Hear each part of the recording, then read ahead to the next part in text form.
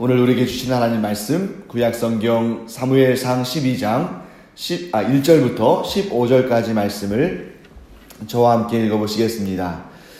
사무엘이 온 이스라엘에게 이르되 보라 너희가 내게 한 말을 내가 다 듣고 너희 위에 왕을 세웠더니 이제 왕이 너희 앞에 출입하느니라. 보라 나는 늙어 머리가 휘어졌고 내 아들들도 너희와 함께 있느니라. 내가 어려서부터 오늘까지 너희 앞에 출입하였거니와 내가 여기 있나니 여호와 앞과 그의 기름 부음을 받은 자 앞에서 내게 대하여 증언하라. 내가 누구의 소를 빼앗았느냐? 누구의 나귀를 빼앗았느냐? 누구를 속였느냐? 누구를 압제하였느냐? 내 눈을 흐리게 하는 뇌물을 누구의 손에서 받았느냐? 그리하였으면 내가 그것을 너희에게 갚으리라 하니 그들이 이르되 당신이 우리를 속이지 아니하였고 압제하지 아니하였고 누구의 손에서든지 아무것도 빼앗은 것이 없나이다 하니라. 사무엘이 백성에게 이르되 너희가 내 손에서 아무것도 찾아낸 것이 없음을 여호와께서 너희에게 대하여 증언하시며 그의 기름 부음을 받은 자도 오늘 증언하느니라 하니 그들이 이르되 그가 증언하시나이다 하니라.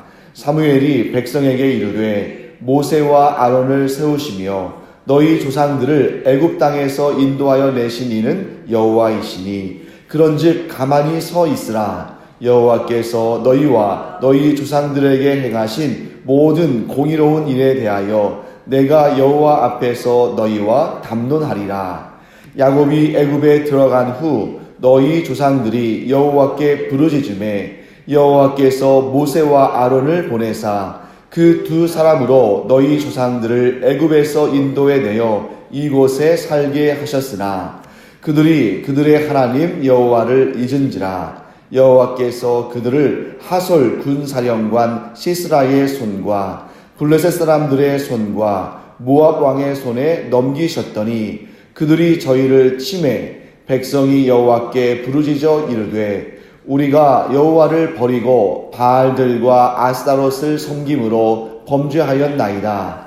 그러하오나 이제 우리를 원수들의 손에서 건져내소서. 그리하시면 우리가 주를 섬기겠나이다 하며 여호와께서 여룻바알과 베단과 입다와 나 사무엘을 보내사 너희를 너희 사방 원수의 손에서 건져내사 너희에게 안전하게 살게 하셨거늘 너희가 암몬 자손의 왕 나하스가 너희를 치러 옴을 보고 너희의 하나님 여호와께서는 너희의 왕이 되심에도 불구하고 너희가 내게 이르기를 아니라 우리를 다스릴 왕이 있어야 하겠다 하였도다.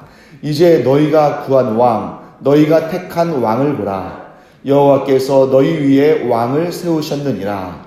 너희가 만일 여호와를 경외하여 그를 섬기며 그의 목소리를 듣고 여호와의 명령을 거역하지 아니하며 또 너희와 너희를 다스리는 왕이 너희의 하나님 여호와를 따르면 좋겠지만은 너희가 만일 여호와의 목소리를 듣지 아니하고 여호와의 명령을 거역하면 여호와의 손이 너희의 조상들을 치신 것 같이 너희를 치실 것이라. 아멘. 자, 오늘 본문의 말씀은 사무엘이 이스라엘의 사사의 자리에서 은퇴하면서 고별사를 남기는 그런 모습을 전하고 있습니다. 자, 사무엘이 왜 사사직에서 물러날까요?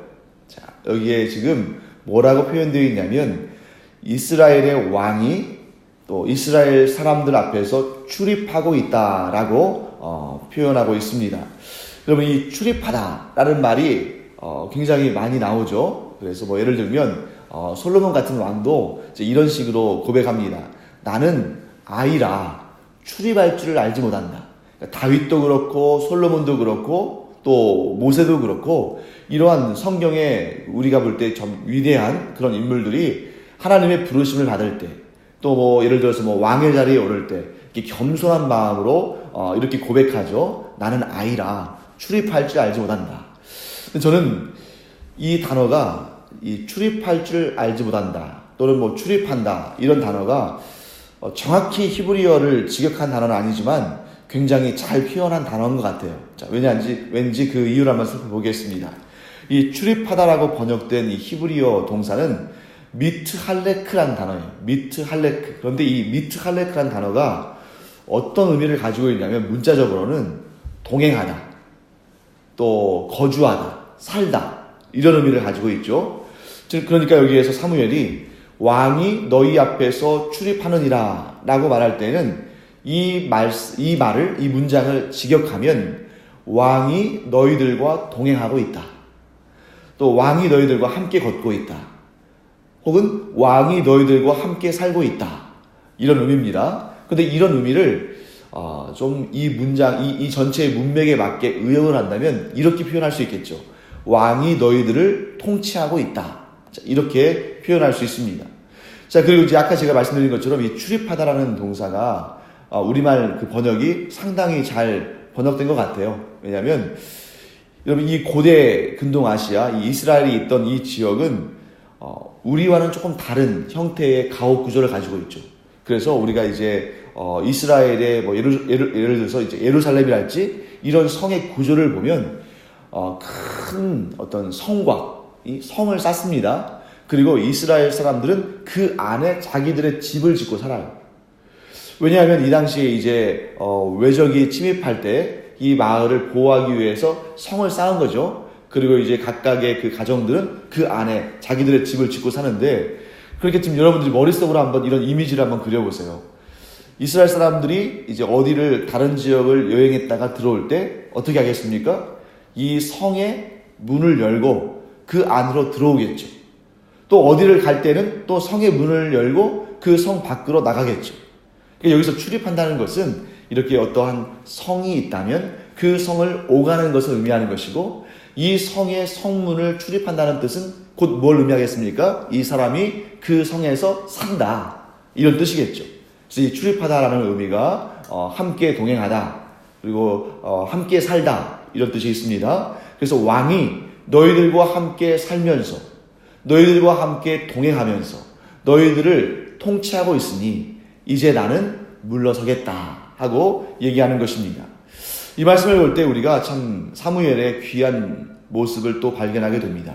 사무엘은 참 지혜로운 사람인데 어떤 측면에서 지혜롭냐면, 특별히 오늘 본문에 있어서는 자신이 나설 때와 물러서야 할 때를 정확히 아는 지혜로운 하나님의 사람이었습니다. 여러분, 우리가 이 사무엘의 이 지금 일생을 쭉 지금 사무엘상 1장부터 지켜봐 오지 않았습니까? 사무엘상 1장부터 오늘 이 11장에 이르기까지 지금 사무엘의 그런 인생들을 쭉 우리가 살펴봤습니다. 그래서 이제 오늘 우리 12장에 와서 사무엘이 자신의 인생을 지금 돌아보는 거죠. 사무엘이 젖을 갓 뗀 그 어린 시절부터 성막에서 이스라엘의 영적 지도자, 즉 제사장으로서 훈련 받았습니다. 그리고 이제 그 머리에 백발이 성성할 때까지 이스라엘의 사사로서 흠없이 하나님을 섬겼습니다. 그리고 여러분과 제가 증인이죠. 이 사무엘이 얼마나 열정적으로 혼신의 힘을 다해서 온전히 하나님만을 섬긴 사람인지를 우리가 증인이 되어서 알 수 있습니다. 자, 그렇기 때문에 정말 어떻게 보면 이스라엘의 그 성경에 나오는 많은 인물들 가운데 가장 어려서부터 하나님을 섬긴 사람 아니겠어요? 그러다 보니까 인간적으로는 좀 미련이 남을 수도 있는 상황입니다. 왜냐면 어려서부터 오직 하나님만 섬겼고, 또 어려서부터 이스라엘의 영적 지도자로, 또 정치적인 지도자로, 즉 이스라엘의 제사장이요, 선지자요, 사사로서 이렇게 오랜 기간, 그리고 정말 이 모든 것을 다 쏟아내면서 하나님을 섬겼기 때문에 이 사사직에 대해서 미련이 남을 수도 있습니다. 그런데 만일 여러분, 이 사무엘이 자신의 그 사사직에 대해서 미련이 남고, 또 지금 갓 세워진 이 사울이 과연 이 왕의 역할을 잘 감당할 수 있을까? 왜냐하면 이전에 왕의 역할들이 좀 선례로 남아있다면 그것을 본받아서 할 수 있지만, 이제 이스라엘의 첫 번째 왕 아니겠습니까? 그게 좀 마음으로도 조금 걱정도 되고, 그래서 자신이 계속 사사직에 남아있으면서 사울 역시 이스라엘의 왕으로 사역한다면 어떤 일이 발생할까요? 신구 리더십이 충돌하게 됩니다. 그래서 만일 사무엘이 계속 미련이 남아서 사사직을 수행했다면 그 자체가, 즉 옛 리더십인 사무엘의 존재와 새 리더십인 사울의 존재가 부딪히면서 그 자체가 뜻하지 않게 이스라엘의 새로운 위기를 만들 수 있는 것이죠. 사랑하는 성도 여러분, 우리 역시 이런 위험성을 항상 생각하고 있어야 됩니다. 그래서 여러분과 저는 하나님께서 우리를 불러주시고 우리를 세워주신 그 자리에서 끝까지 충성을 다하는 하나님의 일꾼들 되기를 축원합니다. 그런데 하나님께서 우리에게 너희의 때가 다 되었다 라고 말씀하신다면, 하나님의 말씀을 묵상할 때 혹은 기도할 때 혹은 이렇게 말씀을 들을 때 우리에게 하나님께서 네가 그 역할을 하는 것은 이제 충분히 다 했으니까 이제 다 되었다 라고 말씀하시면 미련 없이 물러설 수 있는 그런 지혜로운 자가 되기를 간절히 축원합니다. 그래서 내가 나서야 할 때와 내가 물러서야 할 때를 아는 지혜는 참 중요해요. 그래서 내가 물러서야 할 때를 안다면, 그래서 그때에 미련을 두지 않고 물러선다면 지금까지 해왔던 모든 일들이 아름다운 덕이 됩니다. 그런데 그때를 놓치고 물러서야 할 때임을 하나님께서 알려주셨음에도 불구하고 미련이 남아서 물러서지 않는다면 지금까지 우리가 해왔던 모든 일들과 또 그 아름다운 열매들이 그 빛을 잃어버리고 마는 것이죠. 그래서 여러분과 제가 항상 하나님의 때를 알므로 말미암아 또 이렇게 나서야 할 때, 또 물러서야 할 때를 정확히 판단할 수 있는 은혜가 있기를 간절히 축원합니다. 그래서 내가 지금까지 이 모든 일들을 다 내가 내 힘과 내 능력과 내 지혜로 이뤘다고 그렇게 생각하면 미련을 가질 수밖에 없겠죠. 하지만 이 모든 일은 하나님이 하신 일이요, 이 모든 일은 그저 하나님의 은혜의 결과다 라고 우리가 고백한다면 전혀 미련을 가질 필요가 없는 것입니다. 그래서 여러분과 제가 이제 이 음력으로 따지면 올 한 해를 마무리하는 이 시점에 있어서 우리가 이제 후에 기도할 때, 조금 후에 기도하겠죠? 그때에 지금까지 내가 살아온 모든 그 인생의 여정의 순간순간이 오직 하나님의 은혜의 시간들이고 오직 하나님의 도우심과 하나님이 부어주시는 그 모든 복들로 인해서 이런 복되고 아름다운 시간들을 가졌다고 고백하고, 이 모든 일은 하나님께서 하셨습니다 라고 고백하는 여러분과 제가 되기를 간절히 축원합니다. 자, 이제 사무엘의 어떤 그 고백들에 대해서 이제 살펴보도록 하겠습니다. 오늘 사무엘이 한 말을 쭉 이제 우리가 길게 읽었잖아요. 1절부터 15절까지. 오늘 사무엘이 하는 그 말들의 한 가지 주제를 뽑아내자면 그것은 신실함입니다. 지금 이제 오늘과 내일 본문에 걸쳐서 사무엘이 하는 이야기를 딱 세 가지로 요약한다면 이렇게 요약할 수 있습니다. 첫 번째는 나 사무엘은 여호와 앞에서 그리고 이스라엘 백성들 앞에서 신실했다 하는 것을 얘기하는 것이고요. 두 번째는 우리를 인도하신 하나님은 어제나 오늘이나 내일이나 영원토록 신실하시다 라고 말하는 것이 두 번째입니다. 그리고 마지막 세 번째는 이제 너희들 이스라엘의 백성들과 이스라엘 백성들을 다스리는 왕이 여호와 하나님 앞에 신실해야 한다 라고 권면하는 내용이 이제 마지막에 등장합니다.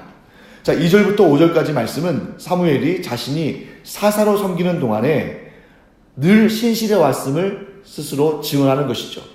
그래서 2절부터 5절까지의 내용을 보면은 마치 이 법정에 서 있는 그런 모습을 묘사하고 있습니다. 자, 그러면 이런 법정에 있어서 재판장은 누구겠습니까? 하나님이시죠. 여호와 하나님이 재판장입니다. 그런데 사실 조금 이렇게 재밌는 모습은 뭐냐면 여호와 하나님과 함께 여호와의 기름 부음을 받은 왕을 이 재판정에 재판장으로 세워놓고 있어요. 그래서 재판장은 지금 여호와 하나님과 그의 기름 부음 받은 자 왕입니다. 자, 그리고 증인은 누굴까요? 증인이자 배심원이 이스라엘 백성들입니다. 그리고 사무엘은 증인들 앞에 서서 자기를 변론하는 피고의 역할을 하고 있습니다. 물론 여기에서 피고는 죄를 지어서가 아니라 자신의 의로움을 드러내는 그러한 사람인 것이죠. 그래서 지금 사무엘이 이렇게 말합니다. 자신이 사사로 있는 동안에 혹이라도 남의 소유를 억지로 빼앗았거나 혹은 누구를 속였거나 혹은 누구를 압제했거나 뇌물을 받았다면 그것을 다 말해라. 그러면 내가 그것을 다 갚겠다 라고 말합니다. 자, 이렇게 사무엘이 자기를 변론하는 이유는 뭐겠어요? 실제로 내가 혹시라도 누구 것을 빼앗았거나 누구 것을 좀 욕심냈거나 뇌물을 받았는지 기억을 잘 하지 못해서 그렇습니까? 아니죠. 너무나 정확히 기억하고 있기 때문에 자기는 그런 일을 한 적이 없다는 것을 너무나 정확히 기억하기 때문에 얘기하는 것이죠. 그때에 이 배심원 역할을 맡은 이스라엘 백성들은 뭐라고 말합니까? 그런 적 없다. 단 한 번도, 또한 단 한 사람도 그런 일을 당한 적이 없다라고 말합니다. 그래서 그 얘기를 듣고 사무엘이 이제 이 재판장인 여호와 하나님과 왕에게 그들의 의견을 전달합니다. 그러니까 어떻게 됩니까? 재판장이 사무엘은 신실한 하나님의 사람이었다고 이제 판결을 내리는 것이죠. 사무엘은 그 오랜 세월을 이스라엘 백성들을 다스리면서도 지금 여기에서 말하는 것처럼 어느 한순간도 또 어느 한 사람도 그 자신의 욕심 때문에 그 자신의 그 권세 때문에 해를 입은 사람이 아무도 없는 그런 신실한 하나님의 일꾼이었습니다. 자, 그 다음에 이제 사무엘은 이스라엘의 역사 가운데 일하신 신실하신 하나님에 대해서 진술을 해요. 그런데 이 장면이 굉장히 이스라엘의 역사를 잘 요약하고 있습니다. 자, 어디에서부터 언급하냐면 족장시대부터 언급을 해요. 그래서 족장시대 가운데 누구냐면 야곱입니다. 야곱이 애굽 땅에 들어간 그 족장시대에서부터 그 다음에 그들이 부르짖으니까 그들을 출애굽, 즉 애굽으로부터 구원하시는 이 모세와 아론을 통해서 이스라엘 백성들을 출애굽하시는 그 출애굽 시대에 대해서도 또 언급을 하죠. 그리고 약속의 땅 가나안 땅을 차지하는 정복 시대에 이르기까지 계속 이 역사적인 순서에 따라서 하나님께서 이루신 구원 역사를 소개합니다. 우리 8절 말씀 한번 보실까요? 8절, 9절, 10절, 11절 이렇게 쭉 내려오면서 이 사무엘이 지금 어떠한 내용을 말하냐면 신실하신 하나님과 그리고 신실하지 못한 이스라엘을 대조하고 있어요. 굉장히 중요한 내용입니다. 그래서 8절 말씀 보시면 하나님은 애굽에서 고통을 당하고 있는 이스라엘의 부르짖음을 들으시고 누구를 보내셨어요? 모세와 아론을 보내셔서 그들을 구원하십니다. 그래서 애굽 땅에서 이스라엘 백성들을 인도하여 내셔서 어디로? 가나안 땅에 들어와서 살게 하셨어요. 하나님께서 이루신 구원의 역사입니다. 자, 그런데 9절 말씀 보시면 안타깝게도 이스라엘은 그 구원의 역사를 잊어버리고 하나님께 범죄했어요. 그러자 하나님은 그들을 누구의 손에 넘기십니까? 하솔의 군사령관 시스라, 그리고 블레셋 사람들의 손, 그리고 모압 왕의 손에 이스라엘 백성들을 넘기셨어요. 자, 왜 하나님께서 이 이방인들에게 이스라엘 백성들을 넘기셨을까요? 이스라엘 사람들이 밉고 그들을 하나님께서 막 저주하시고 그들을 심판하시면서 이렇게 넘기셨습니까? 물론 그런 부분도 어느 정도 있겠지만 그 역사를 하나님께서 이 이방인들의 손에 이스라엘 백성들을 넘기신 이 역사는 이스라엘의 무엇을 원하시며 회복을 원하시면서 이스라엘이 우상신을 섬기는 곳으로 나갔지만 다시 그들이 돌이켜서 하나님께로 돌아와서 영원한 구원을 얻기를 원하셨기 때문에 이와 같이 하신 것이죠. 그때 10절 말씀에 그들의 그 이방인들의 손에 넘겨져서 고통당할 때 그들이 부르짖습니다. 그때 10절 말씀 보시면 어떻게 하셨어요? 이 이스라엘 백성들이 자신들이 여호와를 버리고 바알들과 아스타롯을 섬겼다고 그래서 범죄했다고 회개했을 때, 그리고 그들이 우리의 원수들의 손에서 우리를 건져내어 주시면 하나님만 섬기겠다고 말했을 때 11절 말씀 보시면 이스라엘의 부르짖음을 들으시고 하나님께서 구원의 역사를 이루십니다. 특별히 이때는 사사들이 언급되죠. 여기 여룻바알은 누구를 의미합니까? 기드온을 의미합니다. 여룻바알은 기드온이고 베단이라는 사람의 이름은 바락을 의미하는 거예요. 바락. 그 다음에 입다. 그리고 오늘 이 사무엘에 이르기까지 이 사사들을 보내셔서 이스라엘을 사방 원수들의 손에서 건져내시고 안전하게 살게 하셨습니다. 자, 그런데 12절 말씀 보시면 이제 또 암몬 자손의 왕 나하스가 치러옴을 보면서 이스라엘은 자신들을 다스릴 왕을 구했습니다. 정확히 말하면 이스라엘 자손들이 왕을 구할 때는 암몬 자손의 왕 나하스가 치러 왔을 때가 아니고 블레셋 사람들과 전쟁을 할 때였어요. 근데 사무엘이 이것을 기억하지 못하고 혼동해서 이런 말을 하는 것이 아니라 지금 이 사무엘이 이스라엘 백성들과 얘기하고 있는 이 순간은 가장 가까이 암몬 자손과 전쟁을 하고 승리한 이유죠. 그리고 그로 말미암아 암몬 자손에게서 승리한 다음에 사울을 다시 한번 공식적으로 왕으로 추대하는 그런 역사 이후에 있는 일이기 때문에 암몬 자손의 왕 나하스와의 전쟁을 언급하고 있는 것입니다. 자, 여러분, 이 긴 역사를 다루면서 이 긴 역사를 진술하면서 사무엘이 하고 있는 말은 딱 한 가지예요. 그게 바로 오늘 본문의 말씀의 주제입니다. 그것은 하나님은 항상 신실하셨지만 이스라엘은 신실하지 못했다. 그러니까 지금 사무엘이 하고 있는 말은 뭘까요? 이제 너희에게 하나님께서 왕을 주셨는데 그 왕과 더불어서 하나님께 항상 신실하면 너희들에게 무엇이 있을 것이다? 평안이 있을 것이다. 너희들에게 평화가 있고 하나님이 주시는 복이 있을 것이다. 하지만 너희들이 지금까지 이랬듯이 왜 이스라엘의 반역한 역사를 언급하겠어요? 앞으로의 일에 대해서 타산지석을 삼으라는 것이죠. 너희들의 조상들이 그랬던 것처럼 너희들과 너희들의 왕이 여호와 하나님을 신실하게 섬기지 아니하고 하나님을 떠나면 지금까지 너희들의 조상들이 경험한 것처럼 이방인들의 손에 넘겨져서 그들에게 지배를 당하고 또 그들이 섬기는 그 신들의 지배를 받게 될 것이다. 그러면 너희들은 평안을 누리지 못하고 계속 그들의 종이 되어서 고통을 겪게 될 것이다. 사무엘이 말하는 것은 이것입니다. 역사를 기억하지 못하는 민족에게는 미래가 없다. 그러나 너희가 지금까지의 역사, 승리의 역사뿐만 아니라 패배의 역사, 하나님 앞에 신실했던 역사뿐만 아니라 하나님 앞에 신실하지 못했던 역사, 그리고 그 결과들을 기억하고 그 역사를 기억한다면 너희에게는 소망이 있다. 그러므로 지금 이제 새로운 역사를 시작하는 이스라엘의 왕과 이스라엘의 백성들이 마음을 합해서 오직 여호와 하나님만 섬기고 오직 여호와 하나님만 의지하고 오직 여호와 하나님을 순종하며 따르면 너희들에게는 하나님께서 은혜를 베푸실 것이고 너희들을 지켜줄 것이고 너희들을 평안하게 하실 것이다 라고 얘기하는 것입니다. 사랑하는 성도 여러분, 이 이야기는 비단 3000년 전에 이스라엘 백성들에게만 해당하는 말씀이 아니죠. 이 3000년 전에 이스라엘 백성들에게 주신 이 메시지를 오늘날 내가 나에게 주시는 하나님의 말씀으로 여기고 그 말씀에 순종하며 산다면 이 성경의 66권 가운데 담긴 이 놀라운 하나님께서 약속하신 그 은혜와 복들이 우리에게 주어질 줄 믿습니다.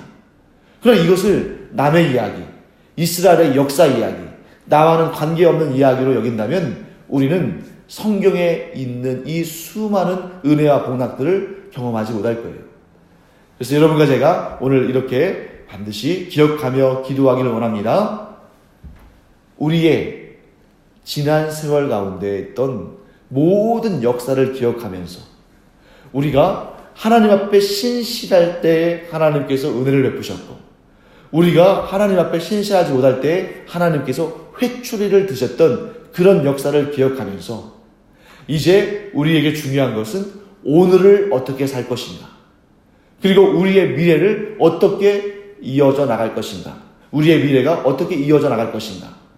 여러분과 제가 이 사무엘의 말을 기억하면서 항상 하나님 앞에 신실한 삶을 삶으로 말미암아 하나님이 주시는 평화와 은혜와 복을 끊임없이 경험하고 그 가운데 항상 감사하며 살아가는 여러분과 제가 되기를 간절히 축원합니다.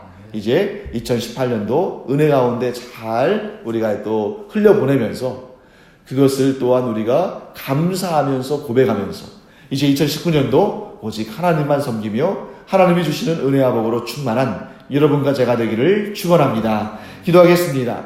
하나님, 주님의 은혜 감사드립니다. 사무엘이 이스라엘의 역사를 짚어보면서 어느 때에 이스라엘 백성들이 평화를 누렸고 또 어느 때에 이스라엘 백성들이 하나님의 매를 맞았는지를 이스라엘 백성들에게 알려주고 있는 모습을 저희들이 오늘 봅니다. 하나님, 우리의 인생 가운데도 이 사무엘이 전하는 이 교훈을 새기고 그 말씀을 우리가 붙들고 살게 하여 주시옵소서. 저희들이 오직 하나님만 섬기고 오직 하나님만 의지하고 오직 하나님만 소망하며 하나님께 기도하며 살아가면 하나님께서 그 마음을 보시고 그 순종함을 보시고 평화와 복과 은총을 넘치게 부어줄 줄 믿습니다. 하나님, 저희들이 온전히 하나님 앞에 신실한 하나님의 사람들 되게 하여 주시옵소서.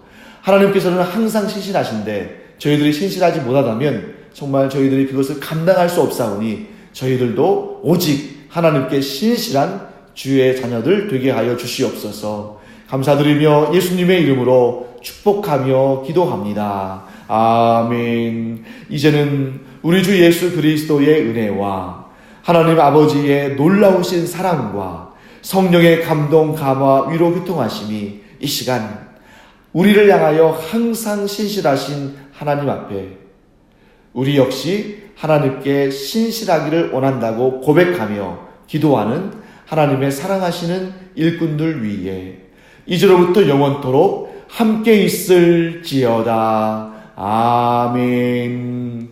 여러분과 제가 오늘 기도하면서 하나님께 감사드리고 또 2019년도를 시작하는 이 시점에 하나님의 그 신실하신 은혜를 구하며 우리도 하나님 앞에 신실하기를 원한다고 기도하는 복된 시간 되길 바랍니다. 기도하겠습니다.